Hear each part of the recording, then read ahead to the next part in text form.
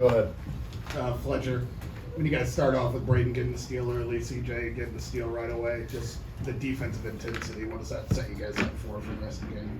Yeah, it's what we need to start doing more. It's what's got us on this little run we've got going, and what we got away from that second half against Ohio State. So just our intensity, turning people over and getting out in transition.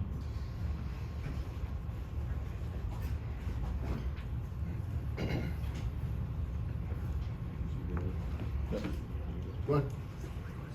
Braden, as he was just mentioned, that steal to start the game, you got the layup on. Just the way that second half ended on Tuesday, how much personal responsibility did you feel as a leader on this team, needing to come in and help spark something both ends of the floor? Yeah, I mean, that's my job, and that's what everybody expects of me, and that's what I expected myself. So when Ohio State happened, I was really upset about it, and I felt like I let the team down. I felt like it was personally my fault, and I know they're going to say it's not, and whatever, there's multiple different things that happen, but to me, as a competitor and as a person, that's who I am. So I took, I guess, I don't know, I was just trying to get to a quick start and help these guys out, get the ball in the right place, make shots, get the energy going, and we were able to do so. Braden, that kind of transitions to my question. After Ohio State, did you have to reset more physically or mentally? Mentally, for sure. I was sitting out, I was in foul trouble. So How did you do that then? I think just talk with myself, just remembering how I got here and the work that I put in, and obviously it makes my life so much easier being around such a great group of guys that tell me to keep shooting and tell me to keep my head up, and that we need me to do what I do for us to win and to help this team, and they tell me that every single time I'm on the floor, so it helps me a lot. Any or all you guys, their offense has given a lot of teams trouble, especially the unique, two bigs in the starting lineup. Why did it not give you guys much trouble at all? I just thought we were hooked up. We had a pretty good scout with them. We have two big guys as well. They're just a little bit shorter, so being able to match up with them and being locked in right from the start. Hey, Braden, talk about this team now versus the team at the start of the season, how well you guys are playing together. Yeah, I mean, I think we're starting to figure out and we're understanding the meaning of Big Ten play and how hard it is to win every single night and the importance of that. And I mean, it was early and we played a lot of great teams. That's no excuse, but I think just figuring it out, and we got that little bit of a break, got a couple days to rejuvenate and get back together and then come back, and we've had an unbelievable start. So, Trey, hammer down for Cancer Night, just what's it like as a team to be able to give back and help the community? It's special.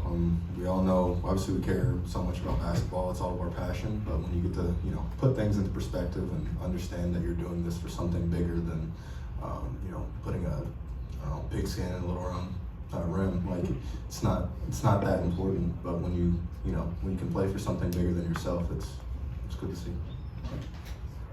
Trey, we talked a lot yesterday about the challenges of defending their 4-5 pick and roll. Did they ever get into it? Yeah, they did a couple times, and we just switched it. I'm not sure why it gave a lot of teams a lot of problems, but we did a good job. Fletcher, just in what ways is the way Braden's playing on both ends of the ball right now sort of being a catalyst for this team, and how is it necessary for someone to maybe take that energy, considering last year it was Zach that could provide that on a night-to-night basis, and you've got a different team this year? Yeah, it's what leaders do. When you're the best player on the team, you gotta lead by example. Zach was a prime example of that. He wasn't the most vocal guy, but every day he showed up and gave his energy. So when we've gotten stops and we've gotten out in transition, it's we've played our best basketball. So by Braden leading by example and getting out and defending whoever it is, 1 through 5, it's huge for us, and it's what continues the energy throughout everybody. Braden, you guys actually had more points off turnovers against Ohio State than you did tonight. But tonight you had the shooting. What else do you have that just created such a different outcome? yeah, I mean, the atmosphere was great. Obviously, when you get off to a start like that, it gets everybody going. Everybody's energy is up, and I mean, we just did a great job turning them over. And like you said, I mean, Ohio State would turn them over a lot, but shots weren't falling. Shots were falling in. And we were able to get to our spots and run our offense, and then we were able to stop them and get transition points as well. Sam and then Brian. Trey, you all played a lot of basketball, and I think, you know, you three get a lot of the credit, but there was a 9-man rotation here that everybody has bought into a specific role, which obviously last year your role was different.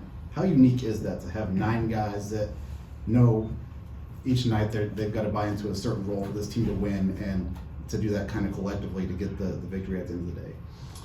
It's great. I think, you know, that's what makes our team special, is that everybody contributes. You look at some other teams around the country and they're, you know, it feels like you have to stop, you know, only a couple guys. But whether it's screening or defending, I mean, CJ picking up the ball, you know, jamming and picking up the ball full court and getting those steals at the beginning of the game, I mean, that's a big reason we won the game today.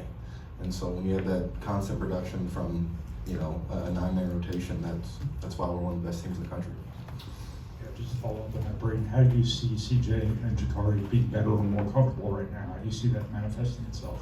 Yeah, I mean, they're understanding their role, and they do an unbelievable job with it. Like, I knew they would come around to it because they guarded me all summer. So I saw it a little bit before it actually happened, and they continue to come in and work every single day super hard, and they want to get better and they want to learn. So it's pretty simple and pretty easy for people like that are able to take in the information we help them with, and they want to get better and play hard for us. So. Greg, last one. Yeah, you guys have forced 8 of the last 9 games teams over their season average in turnovers, and today was your highest turnovers forced at 22. I guess obviously there was a lineup change, but what's changed for you guys in terms of just being able to really pressure teams and turn them over? I mean, I think we just do a great job locking in our scouting report and understanding what we're trying to do defensively, and just understanding what the person or who we're guarding, what their skill set is, and understanding that real well. And I think we put a lot of focus in during the week before the game to, you know, like lock in on their sets, do their stuff, and understand how to guard it, and then apply that to the game. And I think when we do that, stuff like things tonight happen, and our instincts take over, and we're able to get steals and push into transition for points. Cool, that's a good answer. Thank you, guys. Coach mailed in and